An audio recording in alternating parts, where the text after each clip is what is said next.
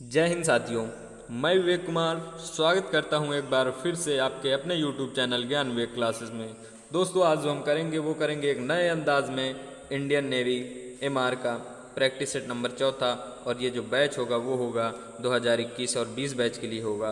और जो इसमें क्वेश्चन आने वाले हैं वो आने वाले हैं 25 क्वेश्चन जीएस जीके और करंट अफेयर के, 25 क्वेश्चन साइंस और मैथ के। टोटल क्वेश्चन होंगे 50 और इन 50 क्वेश्चनों को सॉल्व करने के लिए समय मिलेगा केवल 30 मिनट यानी कि आधा घंटा। और इसमें जो निगेटिव मार्किंग होती है वो होती है 1/4 की, यानी कि अगर आपके 4 क्वेश्चन गलत हैं तो एक नंबर आपका सही वाले से कट जाएगा। और अगर आप हमारी पीडीएफ फाइल चाहें तो पीडीएफ फाइल के लिए मैंने यहाँ पर अपना नंबर दिया है, आप इस नंबर पर व्हाट्सएप मैसेज करिएगा और ये बिल्कुल फ्री होगा। और तो ये तो मेरा नाम है, मतलब मैं विवेक कुमार हूँ। तो चलिए हमारा पार्ट 1 में देखिए, हम 25 क्वेश्चन सॉल्व करेंगे जीएस और जीके के। तो चलिए थोड़ा जल्दी करें क्योंकि मैथ हमको सॉल्व करना होगा। तो चलिए देखिए, पहला क्वेश्चन कह रहा है रविंद्रनाथ टैगोर ने निम्नलिखित में से किस देश का राष्ट्रगान लिखा था। अगर आपको पता है तो बताइए, नहीं तो मैं बता रहा हूँ। ऑप्शन दिया है चीन, म्यांमार, भूटान या बांग्लादेश। इसका सही जवाब होने वाला ऑप्शन नंबर 4 यानी कि बांग्लादेश। तो इस तरह से इसका सही जवाब हो जाएगा ऑप्शन नंबर 4। सवाल नंबर अगला कह रहा है कि वैदिक सभ्यता किस नदी के तट पर विकसित हुई है। तो ऑप्शन दिया गोदावरी, कावेरी, कृष्णा या सरस्वती। पहले तो हम बात कर लेते थोड़ा वैदिक सभ्यता की। वैदिक सभ्यता जो है वो आज से लगभग मतलब 1500 बीसी यानी कि 1500 ईसा पूर्व पुरानी है। तो अगर आज से हम जोड़े तो लगभग हो जाएगी 35 या 3600 साल पुरानी है वैदिक सभ्यता है। और ये वैदिक सभ्यता सरस्वती नदी के किनारे पर विकसित हुई थी। सवाल नंबर अगला कह रहा है कि उत्तर प्रदेश में लोकसभा सीटें हैं। आपको बताना उत्तर प्रदेश में कितनी लोकसभा सीटें हैं, 70, 60, 70, 80 या 90। इसका सही जवाब होने वाला ऑप्शन नंबर तीसरा यानी कि 80 सीटें हैं। सवाल नंबर देखिए, अगला सवाल कह रहा है, ये क्षमा कीजिएगा जूम हो गया, ये हमारा मॉडर्न हिस्ट्री से है। सवाल कह रहा है कि रोलेक्ट एक्ट किस सन में भारत पर लागू किया गया। तो रोलेक्ट एक्ट किस सन में भारत पर लागू किया गया, 1909, 1919, 1923 या 1920। इसका सही जवाब होगा ऑप्शन नंबर दूसरा यानी कि 1919। और रोलेक्ट एक्ट को काला कानून भी कहा जाता था। काला कानून भी कहा जाता था। क्यों कहा जाता था? क्योंकि इस एक्ट के तहत किसी व्यक्ति पर सिर्फ शक होने पर ही उसे अरेस्ट कर लिया जाता था, गिरफ्तार कर लिया जाता था। और इसी एक्ट के विरोध में सन 13 अप्रैल 1919 को जलियांवाले बाग में विरोध प्रदर्शन हो रहा था। तभी जनरल डायर ने अंधाधुंध गोलियां चला दी थी और जलियांवाला बाग हत्याकांड हुआ था। तो ये भी आप याद रखिएगा। अगला सवाल कह रहा है आईने अकबरी के लेखक कौन हैं। दिया है अबुल फजल, अकबर, तानसेन या गुलबदन बेगम। इसका सही जवाब होगा ऑप्शन नंबर 1 यानी कि अबुल फजल। जो आईने अकबरी है इसके लेखक अबुल फजल हैं। और आपको गुलबदन बेगम के बारे में थोड़ा बता दें, इनकी एक रचना है हुमायूं नामा जो कि बहुत ही फेमस है। और गुलबदन बेगम जो थी वो हुमायूं की बहन थी।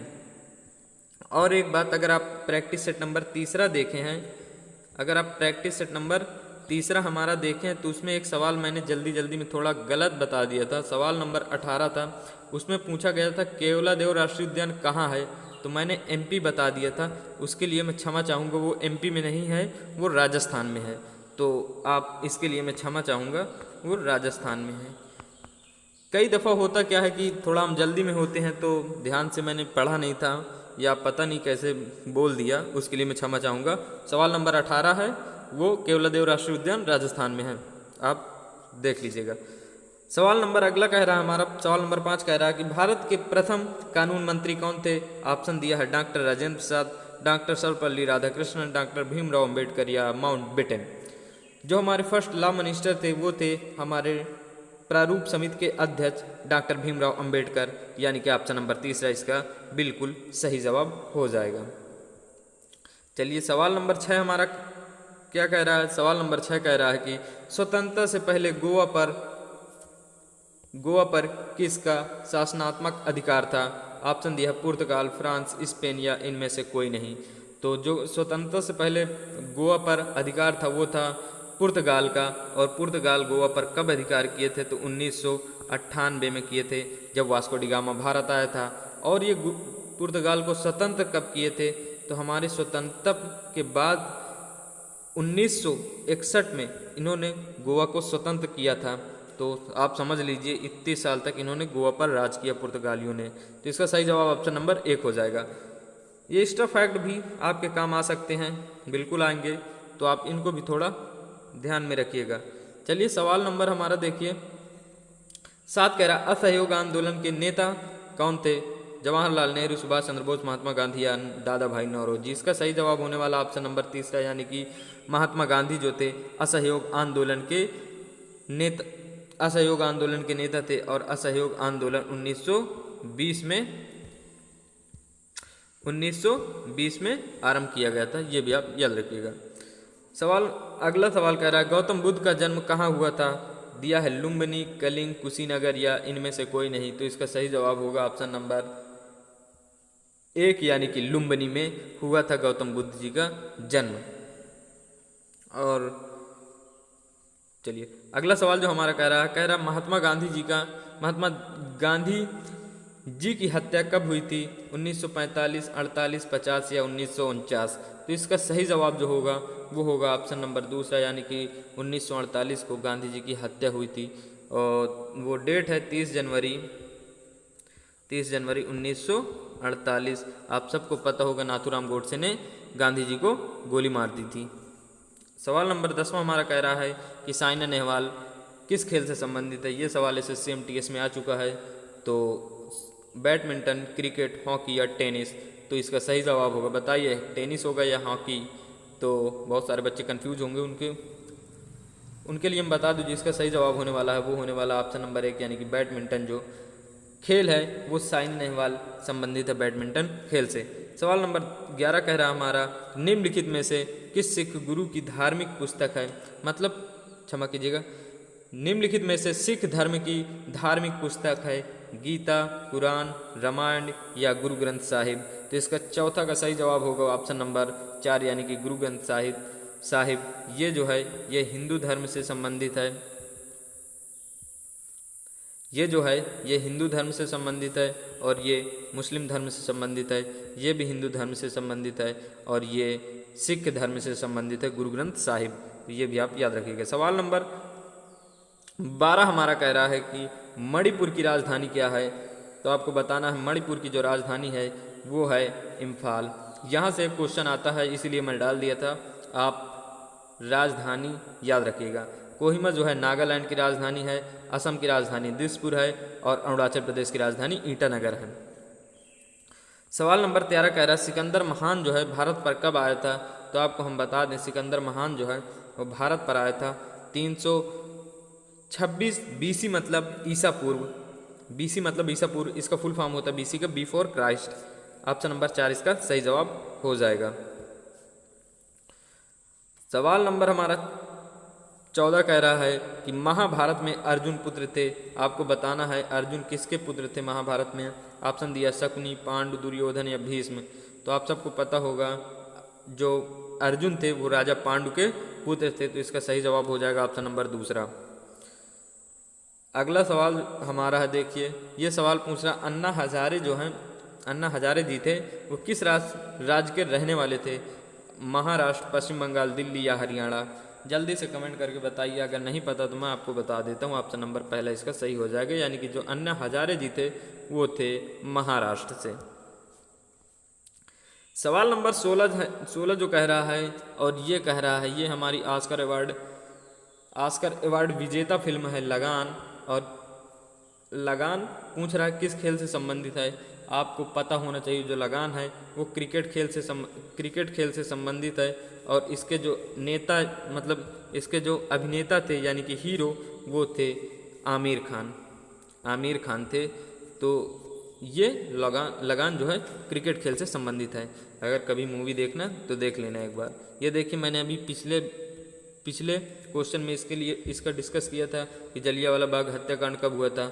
मैं बता भी था 13 अप्रैल 1919। तो इसका सही जवाब हो जाएगा ऑप्शन नंबर 2। सवाल नंबर 17 हमारा कह रहा है कि लज्जा नामक पुस्तक की लेखिका का नाम है। कौन है लज्जत नामक पुस्तक की लेखिका?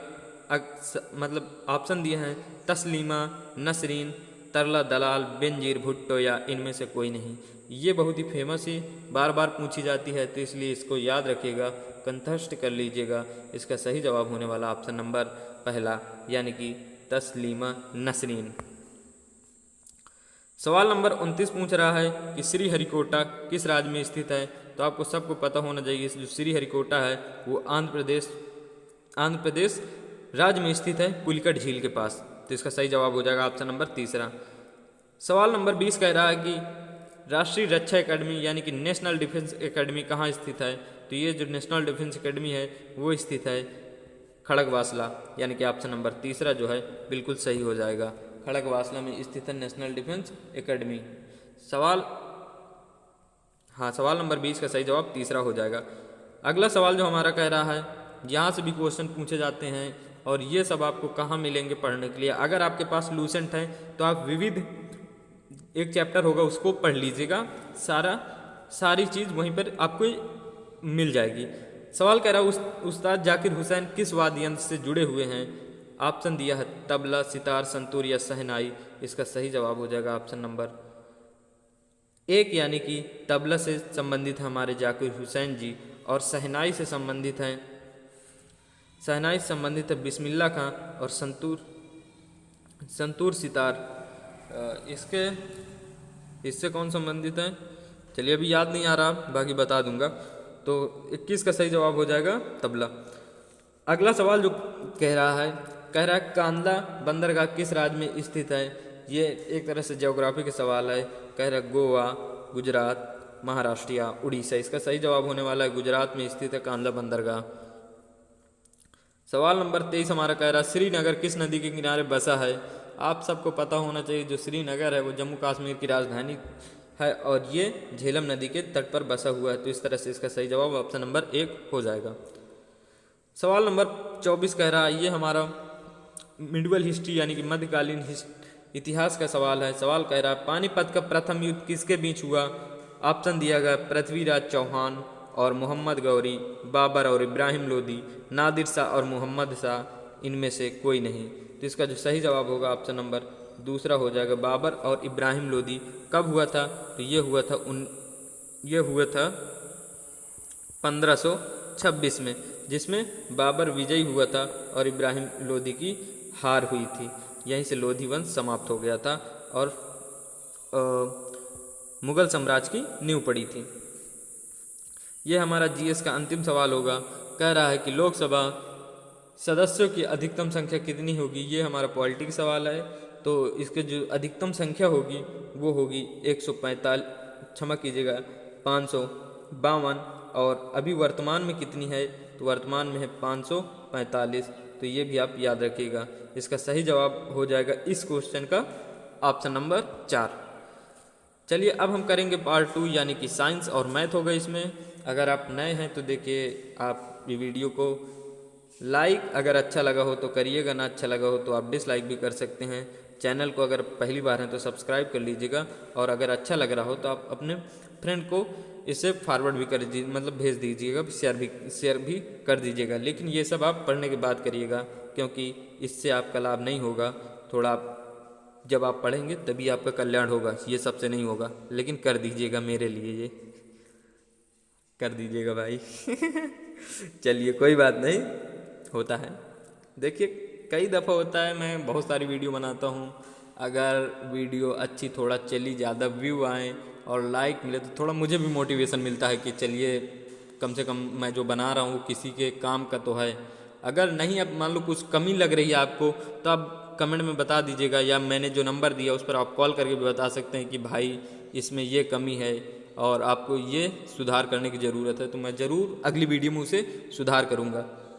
तो चलिए हमारा साइंस का पहला क्वेश्चन होगा कि पानीपत का, क्षमा कीजिएगा वही पिछला ही अभी अटका हूँ मैं। सवाल कह रहा है पानी का क्वथनांक होता है। तो पानी का क्वथनांक का मतलब होता है बॉइलिंग पॉइंट, मतलब पानी कितने डिग्री सेल्सियस पर उबलने लगेगा। क्वथनांक का मतलब ये होता है। तो आपको पता होना चाहिए कि जब हमारा पानी का टेम्परेचर जो होगा वो 100 डिग्री सेल्सियस होगा तब हमारा पानी उबलने लगेगा। तो इसका सही जवाब ऑप्शन नंबर 2 हो जाएगा। सवाल नंबर 27 कह रहा है कि गुरुत्वाकर्षण बल निर्भर नहीं करता है तो पृथ्वी की त्रिज्या पर या पृथ्वी के द्रव्यमान पर, पृथ्वी की आकृति पर या पृथ्वी वस्तु के द्रव्यमान पर। तो इसका सही जवाब हो जाएगा ऑप्शन नंबर 4 यानी कि वस्तु के द्रव्यमान पर हमारा जो गुरुत्वाकर्षण बल है वो निर्भर नहीं करता है। इसका सही जवाब ऑप्शन नंबर 4 हो जाएगा। सवाल नंबर 28 कह रहा है कि यदि किसी वस्तु के द्रव्यमान और उस पर कार्यरत त्वरण दोनों को दुगना कर दिया जाए तो उस पर कार्यरत बल हो जाएगा।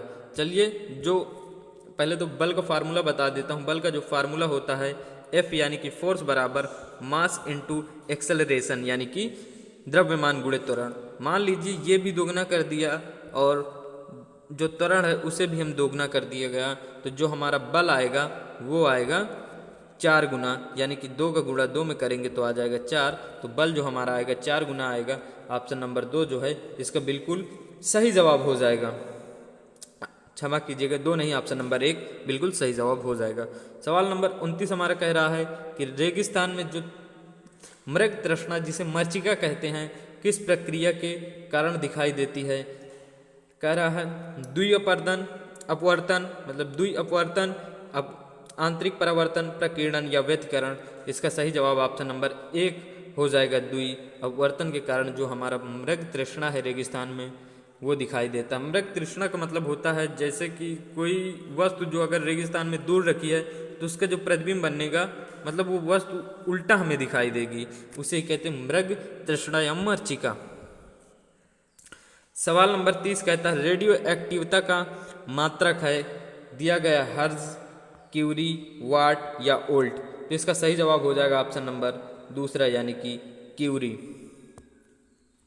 सवाल नंबर 31 कह रहा है दिए गए द्रव्यमान का संवेग 4 गुना कर दिया जाए तो गतिज ऊर्जा का मान पहले की अपेक्षा हो जाएगा। संवेग बोल रहा है, संवेग को P से डिनोट करते हैं और हमारा एक फार्मूला होता है K बराबर 1/2m ये होता है। चलिए इसे मैं और थोड़ा अच्छे से लिख देता हूँ। होता है K बराबर 1/2p²/m। आप बताइए ये p² है यानी कि इसे 4 गुना कर दिया जाए, संवेग को 4 गुना कर दिया जाए। 4 गुने का मतलब होता है कि हम 4 का अब स्क्वायर है तो स्क्वायर करेंगे और के जो हमारा आ जाएगा 4 का स्क्वायर जो होता है वो 16 आएगा, यानी कि के जो है हमारा काइनेटिक एनर्जी यानी कि गतिज ऊर्जा जो है वो 16 गुनी हो जाएगी। तो इस तरह से जो सही ऑप्शन होगा वो ऑप्शन नंबर 1 हो जाएगा। और चलिए अगला सवाल देख लेते हैं। सवाल अगला कह रहा है हमारा कि निमोनिया निम्न में से शरीर के किस अंग को प्रभावित करता है। ये बायो सवाल है। तो ऑप्शन दिया फेफड़ा, हृदय, किडनी या यकृत। जो निमोनिया रोग होता है वो हमारे फेफड़ों को प्रभावित करता है, लेकिन ये निमोनिया रोग ज़्यादातर शिशुओं को होता है। जो नवजात शिशु होते हैं, छोटे छोटे बच्चे होते हैं, उनको होता है। सवाल अगला कह रहा है कि एक बार की जो हमारी धड़कन है उसमें जो हमारा हृदय है यानी कि हार्ट है वो रक्त को कितना रक्त पंप करता है। तो जो जब एक बार हमारा हृदय धड़कता है तो उससे लगभग 70 ml यानी कि 70 मिलीलीटर जो ब्लड है वो हमारा पंप होता है, यानी कि ढकेलता है, वो हमारे शरीर में जाता है। इस तरह से जब हमारा हृदय 1 मिनट धड़कता है तब हमारे हृदय 5 लीटर रक्त लगभग ढकेलता है। तो इस तरह से इसका सही जवाब हो जाएगा ऑप्शन नंबर 1। अगला सवाल कह रहा है ट्यूबलाइट जो होती है हमारे घरों में मतलब जो की जाती है, ट्यूबलाइट किस सिद्धांत पर कार्य करती है। ऑप्शन दिया गया है पहला गैस विद्युत विसर्जन। तो इसका जो 34 का सही जवाब होगा वो हो जाएगा गैस विद्युत विसर्जन किस सिद्धांत पर कार्य करती है हमारी ट्यूबलाइट। तो 34 नंबर का सही जवाब ऑप्शन नंबर 1 हो जाएगा। अगला सवाल कह रहा है यूरेनियम 235 में प्रोटॉनों की संख्या जो है वह 92, न्यूट्रॉनों की संख्या कितनी होगी। तो आप 245 से 92 घटा देंगे तो न्यूट्रॉनों की संख्या आएगी और घटाएंगे तो आ जाएगा 143। जो कि ऑप्शन नंबर चौथे में दिया है। तो इस तरह से इसका सही जवाब ऑप्शन नंबर 4 हो जाएगा। सवाल नंबर 36 कह रहा है कि रॉकेट सिद्धांत जो है वो रॉकेट किस सिद्धांत पर कार्य करती है। दी गई गति के तीसरे नियम पर, रेखीय संवेग संरक्षण के नियम पर, प्रणोद या चारों, ऑल ऑफ दीज यानी कि ऑप्शन नंबर इनमें से सभी, यानी कि ऑप्शन नंबर चौथा जो है हमारा बिल्कुल सही हो जाएगा। इन तीनों के सिद्धांत पर हमारा रॉकेट कार्य करता है। तो इस तरह सही जवाब हो जाएगा ऑप्शन नंबर 4। अब हम पढ़ेंगे मैथ, और मैथ को सुनते ही कुछ बच्चों के चेहरे पर उड़ने लगी होंगी हवाइयाँ। तो मैंने पिछले भी वीडियो में कहा था मैथ कोई हलवा नहीं है, बल्कि ये उल्टा बोल दिया। मैथ कोई हवा नहीं है बल्कि हलवा है। तो उठाइए पेन और कलम, करते हैं आज फिर करते हैं मैथ का काम तमाम। देखिए, आप जब तक किसी चीज़ से डरते रहेंगे वो आपको तब तक डराता रहेगा। अगर आपको उस चीज़ को उस डर से बाहर निकलना है तो उसके लिए कुछ ना कुछ तो आपको करना ही पड़ेगा। तो चलिए, और हाँ, मैं आपसे एक चीज़ और पूछ लेता हूँ। अगर आप कहें यार चाहें तो हम मैथ की एक सीरीज स्टार्ट करेंगे जिसमें चैप्टर वाइज मैथ कराएंगे, वो भी बिल्कुल बेसिक से और अपने लेवल तक। और वो जो मैथ कराएंगे ट्रिक से या फार्मूले से ऐसे नहीं कराएंगे, बल्कि सवाल जो कहेगा उस तरह से सब में अप्लाई कर लेंगे। अगर सवाल ट्रिक से आ रहा तो ट्रिक से कर लेंगे, मान लो फार्मूले से आ रहा तो फार्मूले से, ऐसे आ रहा तो ऐसे कर लेंगे, बिल्कुल सिंपल तरीके से। अगर आप कहें तो, अगर आप इससे सहमत है तो प्लीज़ कमेंट में बताइएगा, और मैं आपका कमेंट का इंतज़ार करूँगा। तो चलिए, समय हमारे पास अभी बचा है 9 या 10 मिनट है, तो उसका हम भरपूर उपयोग कर लेते हैं। सवाल नंबर 37 जो है वो कह रहा है, थोड़ा स्पीड में करें, कि यदि P बराबर 50% बराबर Q का, P का 50% बराबर Q का 25% है, तो P बराबर Q का X% है, तो X का मान ज्ञात कीजिए। देखिए, पहले तो हम P और Q का रिलेशन निकाल लेते हैं। गुणे 25 का मतलब गुणा होता है, कई दफ़ा बता चुका हूँ। और ये प्रतिशत से प्रतिशत कट जाएगा, जो इधर प्रतिशत है कट जाएगा, और 25 से 50 को भी काट देते हैं, तो ये आ जाएगा 2, यानी कि P/Q बराबर 1/2। P/Q बराबर 1/2 आ गया, तो आप याद रखिएगा P/Q बराबर 1/2 है। अब हमें निकालना है P बराबर Q का X%। अब P हमारा दिया गया है 2 और Q जो हमारा दिया गया है 1, और इसका हम X% निकालेंगे। तो ये जो, कहीं मैंने गलत कर दिया क्या? नहीं, चलिए, हाँ सही है, थोड़ा गलत हो गया था। जो हमारा P/Q आया था वो आया था 1/2। अब हमें निकालना है P के जगह हम रखेंगे 1, क्योंकि P 1 के बराबर है और Q 2 के बराबर है। तो P के जगह हम रखेंगे 1, थोड़ा कलर चेंज कर लें, P के जगह रखेंगे 1 और Q के जगह रखेंगे 2 गुणे X।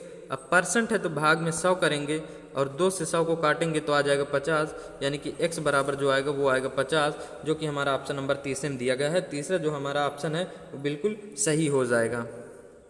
अगला सवाल हमारा कह रहा है, सवाल नंबर 38 कह रहा है, ये थ्योरी दिया गया है। सवाल नंबर 38 कह रहा है, एक बिंदु A, मान लीजिए A है और ये B है, इससे कितनी सरल रेखाएं खींची जा सकती हैं। तो चलिए, मैं एक तो खींच दिया, दोनों बिंदुओं को काटती हुई चली गई, और इससे और एक और नहीं खींची जा सकती, सिर्फ एक सरल रेखा ही खींची जा सकती। तो इस तरह से इसका सही जवाब हो जाएगा ऑप्शन नंबर 1। सवाल नंबर हमारा 39 कह रहा है, दो संख्याओं का योग तथा गुणनफल क्रमशः 10 और 24 है, उनके व्युत्क्रम का योग ज्ञात कीजिएगा। तो दो संख्याओं का योग है, पहली संख्या मान लेते हैं। चलिए, हम ऑप्शन से करेंगे, ऑप्शन से तो नहीं हो पाएगा, सवाल करेंगे। देखिए, योग है 10 और गुणनफल जो है 24 है। अगर आप हम 6 और 4 का गुणा करें तो 24 आ जाएगा, और 6 और 4 को जोड़ेंगे तो 10 आ जाएगा। तो हमारी एक संख्या होगी 6 और दूसरी संख्या होगी दूसरी संख्या होगी 4। एक संख्या 6 है, दूसरी संख्या 4 है, इसका हमें व्युत्क्रम निकालना है। व्युत्क्रम कर लेते हैं, चलिए। तो 6 प्लस 1/4, अब इसे हम सॉल्व करेंगे तो जो हमारा आएगा वो आएगा 5/12। तो इस तरह से इसका सही जवाब हो जाएगा ऑप्शन नंबर 2 यानी कि 5/12। सवाल नंबर 40 कह रहा है कि एक व्यक्ति साइकिल से 50 मीटर की दूरी 15 सेकंड में तय करता है तो किलोमीटर प्रति घंटा में उसकी चाल क्या होगी। तो किलोमीटर प्रति घंटा में निकालते हैं, चलिए। तो मीटर 500, क्षमा कीजिएगा, एक मतलब मीटर जो दिया गया है वो 150 मीटर दिया गया, समय दिया गया है 500 सेकंड। अब इसे हम जो किलोमीटर घंटा में बनाएंगे तो करेंगे क्या करेंगे, तो करेंगे 18/5 से भाग। 18/5 से भाग करेंगे तो जो हमारा आएगा वो आएगा आप 21.6 किलोमीटर पर घंटा। ऑप्शन नंबर दूसरा इसका सही हो जाएगा। देखिए फॉर्मेट मैंने बना दिया, आप इसका कैलकुलेशन बस करना है, कर लीजिएगा। सवाल नंबर 41 कह रहा है कि एक व्यक्ति, क्षमा कीजिएगा, कह रहा है एक व्यक्ति अपने धन का आधा अपने पुत्र और शेष का आधा अपने छोटे पुत्र तथा शेष 225 रुपये अपनी पुत्री को दे देता है तो उसकी आय क्या थी।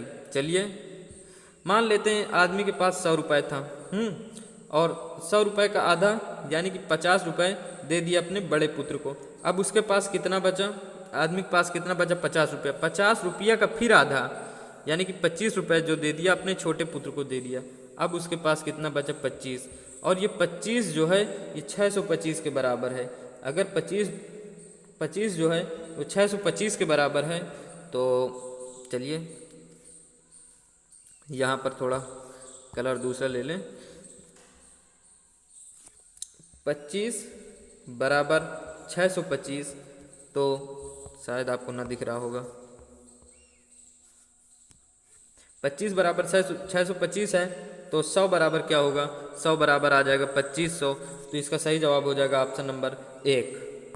अगला सवाल, सवाल नंबर 42 कह रहा है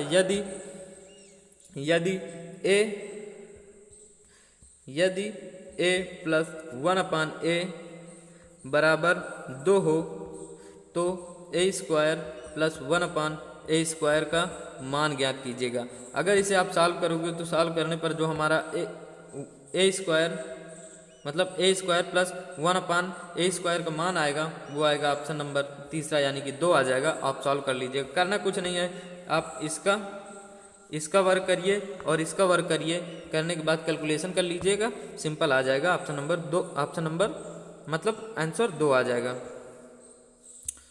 क्या हो रहा है भाई, चलिए थोड़ा अगला सवाल जो हमारा कह रहा है रविंद्र एक किताब का 5/6 और राहुल उसी किताब का 6/7 भाग पढ़ता है, तो बताओ किसने अधिक पढ़ा होगा। तो जो अधिक पढ़े होंगे वो पढ़ा होगा 5, मान लो, तो जो अधिक पढ़ा होगा वो पढ़ा होगा, 1 मिनट रुकिएगा, हाँ देखिएगा जो सबसे अधिक भाग, थोड़ा कुछ प्रॉब्लम आ गई, जो सबसे अधिक भाग पढ़ा होगा वो पढ़ा होगा राहुल। तो इस तरह सही जवाब हो जाएगा ऑप्शन नंबर 2। अगला सवाल नंबर 44 कह रहा है 180 प्लस 360 के बीच का कोण क्या कहलाता। तो ये जो 180 और 360 के बीच का कोण कहलाता वृहत कोण कहलाता। ऑप्शन नंबर 4 इसका सही हो जाएगा। सवाल कह रहा है कि एक रेलगाड़ी एक खंभा को पार करने में 60 किलोमीटर प्रति घंटा की दर से 12 सेकंड लेती है, तो गाड़ी की लंबाई क्या होगी। इसके लिए मैं सूत्र बता देता हूँ, आप सॉल्व कर लीजिएगा। सूत्र होता है चाल बराबर दूरी बटे समय। तो इस पर रख के आप सॉल्व करोगे तो सॉल्व करने के बाद जो आंसर आएगा वो आएगा ऑप्शन नंबर दूसरा यानी कि 200 मीटर आ जाएगा। सवाल नंबर 46 कह रहा है कि दो संख्याएं 12,906 और 14,818 का जो मासा है वो है 478, तो लासा क्या होगा। देखिए इसके लिए फार्मूला बता देता हूँ। लासा निकालने के लिए जो मतलब ये जो इसका फार्मूला होगा वो होगा लासा गुणे मासा बराबर पहली संख्या गुणे दूसरी संख्या। आप इस पर रखेंगे तो मासा जो है वो निकल आएगा और कितना निकलेगा 4,86,000। तो इसका सही जवाब हो जाएगा ऑप्शन नंबर 1 हो जाएगा, कर लीजिएगा। सवाल नंबर 47 कह रहा है कि दो संख्याओं का अनुपात 10:17 और उनका अंतर जो है 105 है, उन संख्याओं का योग क्या होगा। तो इसका जो सही जवाब आएगा वो आएगा ऑप्शन नंबर 1 यानी कि 995 हो जाएगा।